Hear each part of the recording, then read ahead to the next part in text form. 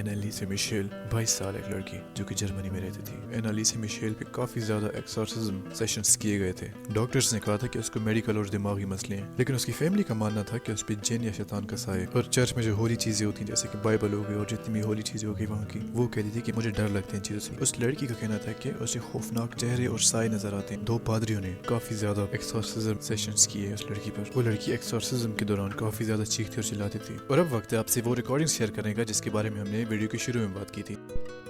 Welches noch?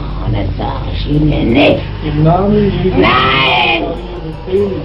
تو پھر اینالیسا Michel کے ساتھ کیا ہوا؟ وہ آخرکار صرف 23 سال کی عمر میں اس کی ڈیتھ ہو گئی۔ اور جب اس کی ڈیتھ ہوئی تو اس کی باڈی پہ کافی زیادہ زخموں کے نشان تھے اور پنجوں کے نشان تھے، جس طرح کسی جنگلی جانور نے اس پر حملہ کیا ہو۔ تو بھی بات کرتے ہیں وکٹوریا کلیمبے کی۔ کون ہے وکٹوریا کلیمبے؟ وکٹوریا کلیمبے ایک 8 سالہ بچی جس کے پیرنٹس کو لگتا تھا کہ اس پہ کسی جن کا سایہ ہے۔ انہوں نے اس کو منحوس ثابت کر دیا تھا۔ کافی دنوں تک اس کو بھوکا رکھتے، اس کو پیاسا رکھتے، اکیلے کمرے میں اس کو بند رکھتے تھے، اسے زمین پر سونے پر مجبور کیا جاتا تھا، اسے بیلٹ سے، تاروں سے اور ہینگر سے مارا جاتا تھا، صرف 8 سالہ بچی کو۔ لیکن کسی اتھارٹیز نے، پولیس نے، کسی نے کچھ نہیں کیا اور آخرکار صرف 8 سالہ بچی یہ سب ظلم سہتے سہتے مر گئی۔ اور جب وہ مری تو اس کی ہڈیاں بھی ٹوٹی ملی۔ اس 8 سالہ بچی کو منحوس سمجھا گیا، لیکن وہ صرف ایک معصوم بچی تھی۔ اس کی موت کی وجہ کوئی جن یا کوئی سایہ نہیں تھا، بلکہ وہ صرف ایک انسانی ظلم کی وجہ سے ماری گئی۔ تو اب ہم بات کرتے ہیں ڈیمن ہاؤس کی۔ اس گھر کا نام پہلے ڈیمن ہاؤس نہیں تھا، لیکن پھر وہاں لوگوں نے کچھ ایسی چیزیں محسوس کی کہ اس کو ڈیمن ہاؤس کا نام دینا پڑا۔ وہاں کافی زیادہ رونے کی، چیخنے چلانے کی آوازیں آتی تھی، اور اس گھر کے جو بچے تھے ان کو لوگوں نے خود دیکھا تھا کہ وہ دیواروں پہ الٹا چلتے تھے اور وہ مختلف آوازوں میں باتیں کرتے تھے، ان کی آواز بدل جاتی تھی، وہ اپنی آنکھیں بالکل گھما لیتے تھے۔ ان گھر کے لوگوں نے پھر کچھ انویسٹیگیٹرز کو بلایا اور ان انویسٹیگیٹرز نے بھی یہی کہا۔ انہوں نے کہا کہ کمروں میں اندھیرے سائے چلتے پھرتے ہیں،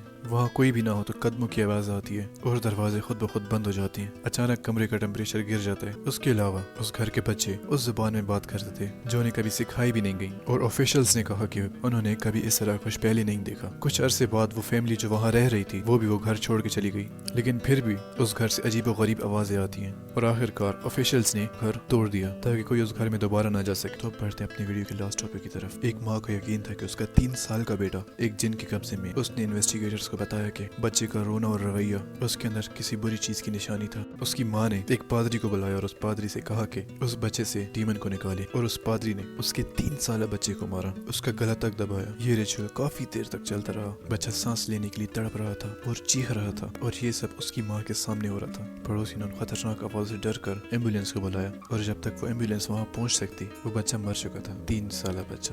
بعد میں ماں نے پولیس کو بتایا کہ وہ بچے سے شیطان کو نکال رہی تھی۔ اس کا کہنا تھا کہ وہ اپنے بچے کو بچا رہی تھی۔ ڈیمنز ہوتے ہیں، شیطان ہوتے ہیں، میں اس بات سے انکار نہیں کر رہا، لیکن کافی زیادہ کیسز میں صرف شک کی بنیاد پر کسی معصوم انسان کو جان سے مار دیا جاتا ہے۔